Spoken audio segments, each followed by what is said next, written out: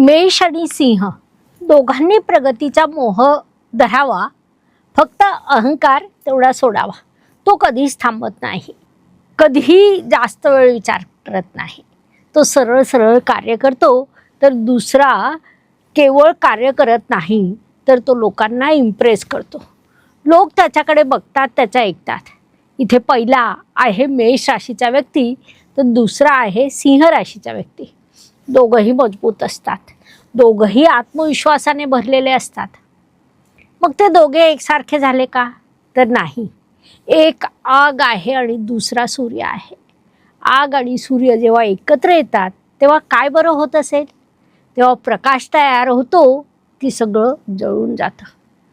म्हणजे मेष आणि सिंह राशीचे व्यक्ती जेव्हा कुठल्याही कारणाने एकत्र येत असतील, कुठल्याही कारणाने जेव्हा त्यांचा संबंध येत असेल, तेव्हा नेमकं काय बरं होत असेल?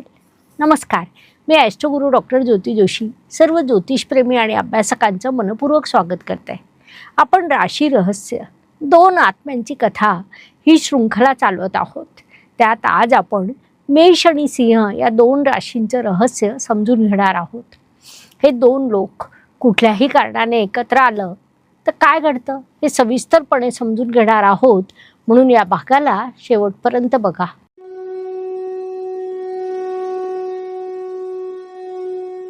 कधी तुम्हाला असा प्रश्न पडला आहे का?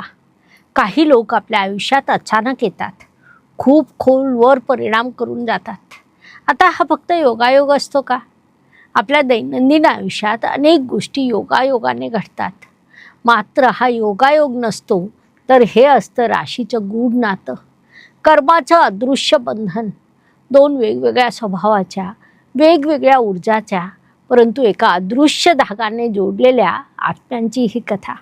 आज आपण दोन अशा राशींबद्दल बोलणार आहोत ज्या मूळ स्वभावानुसार अत्यंत शक्तिशाली, सामर्थ्यशाली मानल्या जातात. ज्यांच्यात प्रचंड शक्ती आहे, अलौकिक ऊर्जा आहे, प्रचंड आत्मविश्वासाने त्या भरलेल्या आहेत. या सर्व गोष्टी चांगल्या जरी असल्या तरी याच गोष्टीमुळे त्यांना संघर्ष देखील तेवढाच मोठा करावा लागतो. होय, ही कथा आहे मेष आणि सिंह राशीची. महत्त्वाची बाब म्हणजे ही कथा केवळ या जन्माची नाही, तर त्यांच्यातील जन्मोजन्मीच्या नात्याची, संबंधाची ही कथा आहे. कारण लक्षात ठेवा, कोणतंही नातं अचानक तयार होत नाही, ते आधीपासून जोडलेलं असतं. मेष आणि सिंह दोन्ही अग्नितत्वाच्या राशी आहेत, दोन्ही चर राशी आहेत, दोन्हीही कर्तृत्ववान व नेतृत्व करणाऱ्या राशी आहेत.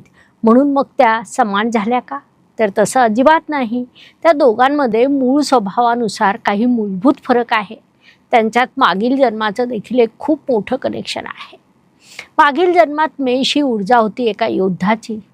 योद्धा जो जास्त विचार न करता लगेच कृती करतो, जे ठरवलंय त्याला मिळवण्यासाठी संपूर्ण शक्ती पणाला लावतो. तर सिंहरास ही मागील जन्मात ऊर्जा होती एका राजाची. राजा जो नेतृत्व करतो, दिशा देतो, सर्वांच्या पुढे राहतो.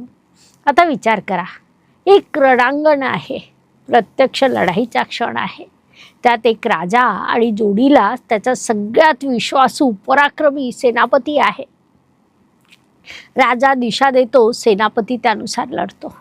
अर्थात त्या दोघांची जोडी परफेक्ट असते, जी काहीही करू शकते. एकदा जे ठरवलं ते मिळवू शकते, त्यासाठी वाटेल ते करू शकते. आता इतकं सगळं चांगलं असताना त्यांच्यात काही समस्या निर्माण होत असतील का? तर हो, त्यांच्यात समस्या निर्माण झाली एक क्षणाला. तेव्हा दोघांमध्ये अहंकार समस्या निर्माण झाली. मेष म्हणाला, मी सर्वस्व पणाला लावून लढतोय, त्यामुळे श्रेय मला हवं. तर सिंह म्हणाला, मी राजा आहे, माझा मान राखलाच गेला पाहिजे, मला योग्य मानसन्मान मिळाला पाहिजे. परिणामी इथेच त्यांचं नातं तुटतं. आता यांच्यात कोण बरोबर कोण चूक हे कुणीही ठामपणे नाही सांगू शकत, कारण दोघंही आपल्या जागी बरोबर असतात. दोघांनी मिळून मोठं युद्ध जिंकलेलं असतं, परंतु नातं हरलेलं असतं. ते आपल्या नात्याला जिंकू शकत नाही. परिणामी त्यांचे या जन्मातील कर्म अपूर्ण राहतात. मागील जन्मातील अपूर्ण कर्मामुळे मेष आणि सिंह या जन्मात पुन्हा भेटतात.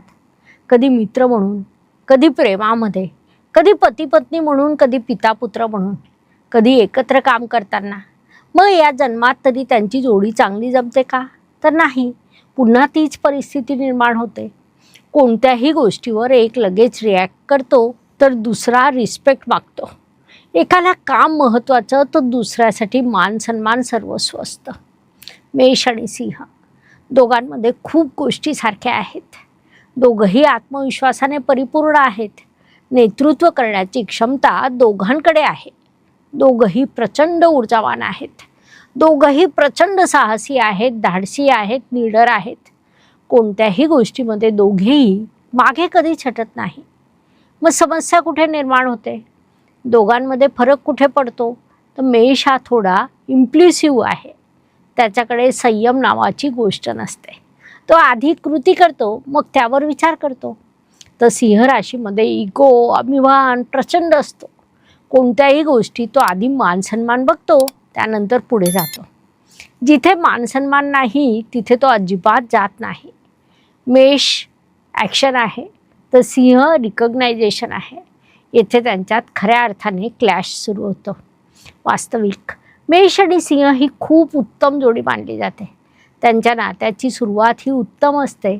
मग ते नातं कोणतंही असो, कुठल्याही कारणाने ते एकत्र आलेले असो, यांच्यात आकर्षण असतं, त्यांच्यात पॅशन असतं, एक्साइटमेंट प्रचंड असते.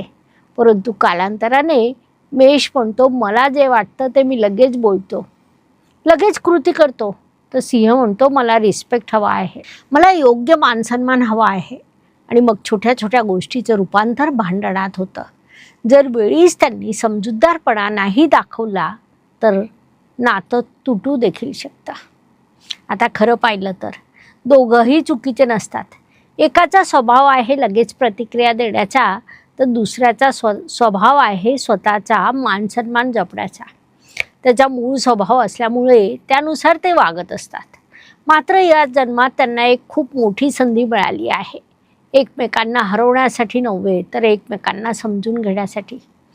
मग त्यांनी काय करावं? तर या जन्मात मेष राशीने थोडं थांबावं, संयम राखायला शिकावं. कोणत्याही गोष्टीवर प्रतिक्रिया देण्याआधी थोडा विचार करावा. सिंह राशीने थोडा अहंकार बाजूला ठेवून शिकायला हवं. इतरांचं कौतुक करणं शिकायला हवं. मेष जेव्हा शांत होतो आणि सिंह जेव्हा नम्र होतो तेव्हा त्यांचं नातं बदलायला लागतं. त्यांची जोडी कमाल करू शकते. समजा मेष आणि सिंह राशीची जोडी कामाच्या ठिकाणी एकत्र असतील तर, अर्थात ते व्यावसायिक पार्टनर असतील, एकत्र काम करतील, एका ऑफिसमध्ये असतील आणि कामाच्या निमित्ताने त्यांचे एकमेकांशी संबंध येत असेल तर हे लोक मिळून प्रचंड मोठं कार्य करू शकतात. मेष हाती घेतलेल्या कोणत्याही कामाला पूर्ण करण्याची धमक ठेवतो तर सिंह त्या कामाला योग्य दिशा देऊ शकतो. एक प्रत्यक्ष कृती करणं आहे तर दुसरा लिडरशिप आहे. जर दोघांनी समजूतदारपणा दाखवून श्रेय वाटून घेतलं, योग्य पद्धतीने मिळून काम केलं तर त्यांना यशस्वी होण्यापासून कोणीही रोखू शकत नाही. जर तुम्ही देखील अशा व्यावसायिक जोडीपैकी एक असाल किंवा तुमच्या माहितीतील अशी कोणती जोडी असेल तर कमेंटमध्ये लिहायला विसरू नका. समजा मेष आणि सिंह राशीचे व्यक्ती मैत्रीत असतील तर काय होईल? मैत्रीमध्ये ही जोडी मजबूत असते. ती फन असते, ऊर्जावान असते, प्रामाणिक देखील असते. मात्र त्या दोघांनी एकमेकांना डॉमिनेट करणं टाळायला हवं. तरच त्यांची मैत्री मजबूत बनू शकते.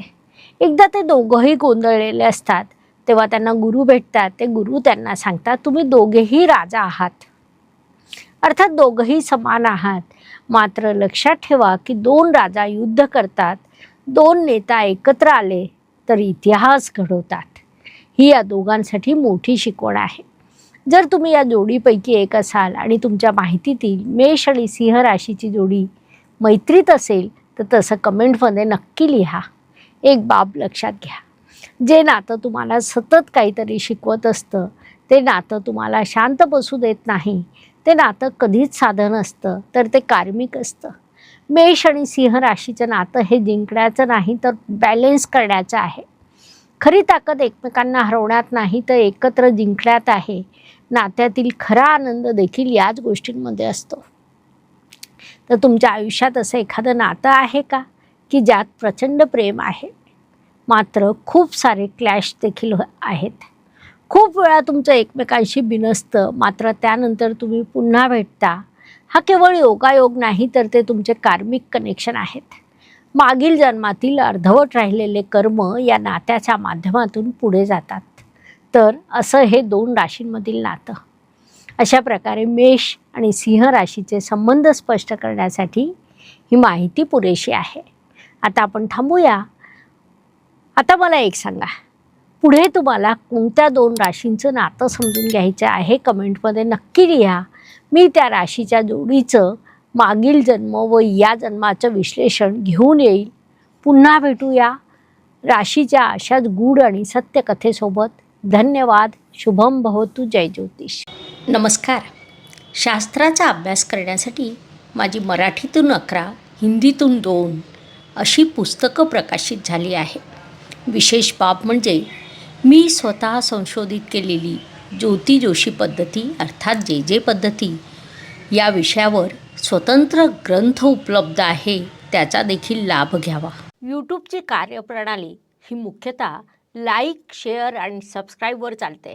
Please like, share and subscribe the channel. धन्यवाद. शुभम भवतु. जय ज्योतिष.